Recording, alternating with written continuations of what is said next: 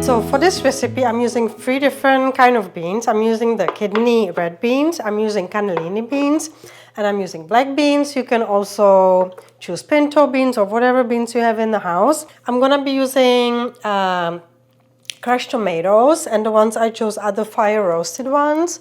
So it's gonna add a little bit more of nicer flavor. And one kind of secret ingredient is cocoa powder or dark chocolate. By dark chocolate, I mean like 70% chocolate. It really adds a lovely touch. And if you watch my chili con carne beef recipe, I also add a little bit of chocolate, then onion and some nice spices. So let's get started. So first start by draining and rinsing the beans. So now I'm going to cut the onion. It is really up to you what kind of size of pieces do you want. It doesn't have to be too fine. And after the onion is chopped, we're going to prepare a mixture of the seasoning we're going to be adding. So for the spices, we're going to be adding 1 teaspoon of chili powder. This gives just a little bit of spice. If you want to have it hotter, then add up to 3 teaspoons. 1 teaspoon of cumin, and it's ground cumin, and 1 teaspoon of chipotle, and mix it together. So put olive oil in your pot, add the diced onion. Now saute for approximately 5 to 7 minutes. After about 5 minutes, add the spices in and saute for approximately 30 seconds. And in the meantime, prepare 1 cup of water.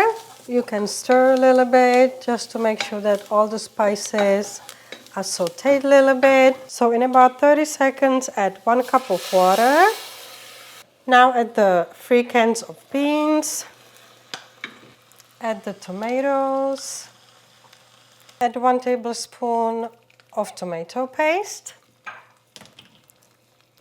Add 2 or 3 crushed garlics. Now add 1 teaspoon of the cocoa powder. Now I'm going to add some oregano, and I always like putting it in my palm first, so it's about 1 tablespoon. Gonna add 1 teaspoon of salt, and I'm also going to add 1 teaspoon of vegetable bouillon.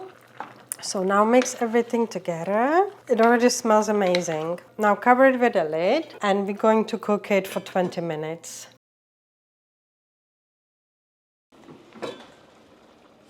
So after 20 minutes, the chili is ready. I kept the heat between low to medium, and I mixed it halfway through, just to be sure that nothing's sticking at the bottom. I had to run some errands, so it actually got dark outside, as you may notice. But while the chili is cooking, you can prepare the garnish. So I'm gonna be using fresh cilantro, I have some green onions, I have avocado, I have some lime wedges prepared, and I have jalapeno pepper. You can use serrano pepper, and if you want, you can also slice half of it and add it to the chili whilst it's cooking.